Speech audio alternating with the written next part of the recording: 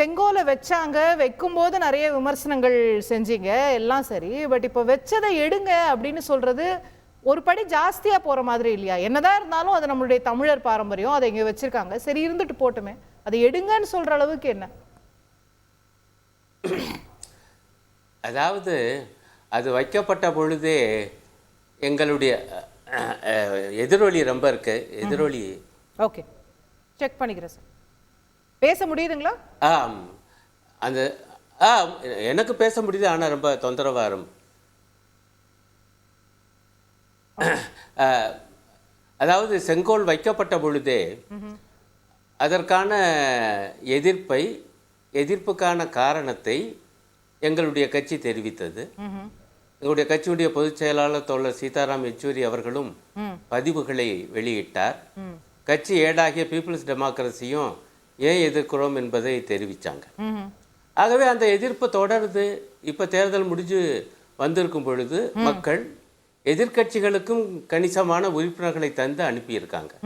ஆகவே எதிர்கட்சிகளுடைய அந்த குரல், அந்த கருத்தை இந்த புதிய நாடாளுமன்றத்திலே அவங்க எதிரொலிக்கிறாங்க. அதில் என்ன தப்பு? முதல் விஷயம், இயல்பாக பாஜக காரங்க இப்படித்தான் சொல்லுவாங்கன்னு எதிர்பார்த்ததுதான். ஆகா, தமிழ் பண்பாட்டை எதுக்குது சமாஜ்வாதி கட்சி, அதையெல்லாம் தமிழ்நாட்டை சார்ந்த இந்தியா கூட்டணி கட்சிகள் ஆதரிக்க போகுதா, ஏற்க போகுதா அப்படின்னு கேட்பாங்கன்னு எதிர்பார்த்தது தான். அதே போல் கேட்குறாங்க. நான் ரெண்டு விஷயத்தை சொல்கிறேன். ஒன்று, செங்கோல் என்பது நம்முடைய இலக்கியங்களில் வந்திருப்பது தான். குறிப்பாக சிலப்பதிகாரத்தில் ரொம்ப அழுத்தமாக வந்திருக்கு. அப்படி கோவலனுக்கு தவறான கொலை தண்டனையை கொடுத்து விடுகிறான் பாண்டியன். அப்போ அது தவறு என்று தெரிந்தவுடன் தாழ்ந்த கொடையோன், தளர்ந்த செங்கோலன், யானோ அரசன் யானே கள்வன் என சொல்லி அப்படி புலம்பிக் கொண்டே உயிரை விட்டு விடுகிறான். இந்த காட்சியை இளங்கோவடிகள் அப்படியே சித்தரித்திருக்கிறார். ஆக இங்கே மிக முக்கியமாக செங்கோல் என்பது எதனுடைய அடையாளம் என்றால் நீதி வழுவாமை, நீதி தவறாமை. அந்த காலத்துல என்னன்னா அரசன் தான் நீதிபதியும் கூட, அவன் தான் தீர்ப்பு சொல்றான் பாருங்க கொலை வழக்குல. அப்படி ஒரு நீதி வழுவாமை பாராளுமன்றத்துல இருந்தாதான் என்ன இல்ல, அதுக்கு தான் என்ன சொல்ல வர்றேன்னா, இன்றைக்கு இந்த நவீன காலத்துல அரசு அமைப்பு, அரசு நிர்வாக வேறு, நீதிமன்ற வேறுன்னு பிரிச்சாச்சு, செப்பரேஷன். இந்த நவீன காலத்துக்கு அந்த அடையாளம் எப்படி பொருந்துங்கிறேன்.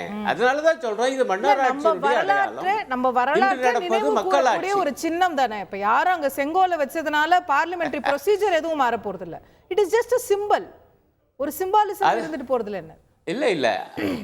இல்ல அந்த அடையாளம் அதுல உள்ள ஒரு, அதைத்தான் சொல்ல வரேன், உள்ள ஒரு அபாயத்தை என்ன சொல்ல வரேன்னா, அன்றைய சூழல்ல ராஜா தான் எல்லாம், அப்படின்னா இன்னைக்கு பிரதம மந்திரி தான் எல்லாமா அப்படிங்கிற ஒரு போக்கு வளர்வதற்கு அதுவே ஒரு துணை காரணியாக போய்விடும்.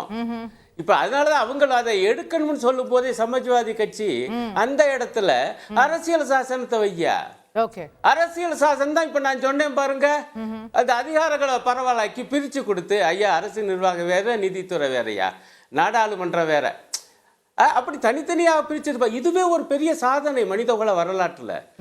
நீங்க அதை விட்டு தமிழர் பண்பாடு என்கிற பெயரில் நீங்க இதை வைக்கிறீங்கன்னா இது எல்லாருக்கும் தெரியும், இது வெறும் டோக்கனிசம்.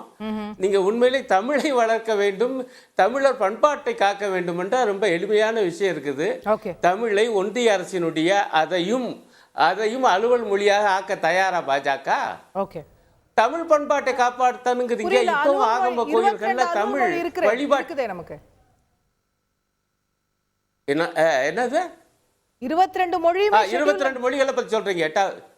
எல்லாமே நமக்கு யூஸ் பண்ணலாம் ஆபீஷியல் லாங்குவேஜ். அப்ப இல்ல அப்படி செய்யுங்க. இருக்கே சார், நான் உதாரணத்துக்கு சொல்றேன். நீங்க தமிழ் ஆபீஷியல் லாங்குவேஜ் தான் இந்தியால. இல்ல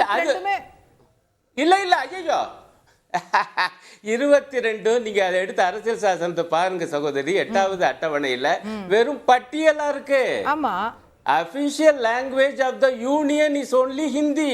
Central government not even English. அதான் சார், சென்ட்ரல் கவர்மெண்ட் பிராக்டிகலா எல்லா மாநிலங்களுக்கும் இது பண்ணும்போது எல்லா மொழியிலயும் பண்ண முடியல. பட் ஒரு மாநிலமும் அபிஷியல் லாங்குவேஜா வச்சிருக்காங்கல்ல, நம்ம நினைச்சா எதை வேணா அடாப்ட் பண்ணிக்கலாம். மாநிலத்து மாநிலத்துல வச்சுக்கலாம், ஒன்றியத்துல என்ன சகோதரி? ஐரோப்பிய ஒன்றியம் இருக்கு, ரெண்டுக்கு வித்தியாசம் இருக்குனால ஐரோப்பிய ஒன்றியத்துல உங்களுக்கு தெரியுமா, ஒன்றியத்தினுடைய அலுவல் மொழிகளாக 24 மொழிகள் இருக்கு தெரியுமா உங்களுக்கு? அவ்வளவுக்கு மொழிபெயர்ப்பு ஏற்பாடு இருக்குது. அப்ப ஏன் இந்த நவீன யுகத்துல ஏன் தமிழ் உள்ளிட்ட 22 மொழிகளையும் இந்தி உள்ளிட்ட 22 மொழிகளையும் ஒன்றிய அரசினுடைய அலுவல் மொழிகளாக ஆக்கக்கூடாது? தமிழ் மீது உங்களுக்கு இவ்வளவு பற்று பாசம் பிரியம் இருக்குமே, ஆனால் தமிழ் பண்பாட்டை காக்கணும். அதுக்குதான் சொல்றேன். அப்ப கோவில்கள்ல ஏன் தமிழ் வழிபாட்டு மொழியா இல்ல? ஏன் திருமணங்கள்ல வந்து சமஸ்கிருத மந்திரங்களை மட்டும் ஓதி அதுதான் நீங்க பாராட்டுறீங்க, அதை தானே ஊக்குவிக்கிறீங்க? தமிழ் பண்பாட்டை காக்க வேண்டும், தமிழை இதுதான் உரிய வழி. அதை விட்டுட்டு அலுவல் மொழியை பேசின வரைக்கும் சரி சார். ஒவ்வொருவரோட பர்சனல் அவங்க வீட்டு கல்யாணத்துல எல்லாம் எதை பண்ணணும்னு அரசு தீர்மானிக்க முடியாதுல்ல சார்? நீங்க விருப்பப்பட்டா தமிழ்ல ஓதி கல்யாணம் பண்ணுவீங்க, இல்ல மந்திரமே இல்லாம கல்யாணம் பண்ணுவீங்க, அது அரசு தீர்மானிக்க முடியாதுல்ல சார்? இல்ல அரசையே நான் வார்த்தையை சொல்லல சகோதரி, நான் பாஜகவுடைய நிலைப்பாட்டை கேட்கிறேன். பாஜக தமிழ் பண்பாட்டை காக்கணுங்கிறீங்கல்ல. ஆகம கோயில்கள்ல தமிழ் தான் வழிபாட்டு மொழியா இருக்கணும். நம்முடைய இந்து திருமணங்கள்ல தமிழர் திருமணங்கள்ல தமிழ் இருக்கணும்னு அவங்க பேசுவாங்களா சொல்லுவாங்களாங்கிறேன் நான்.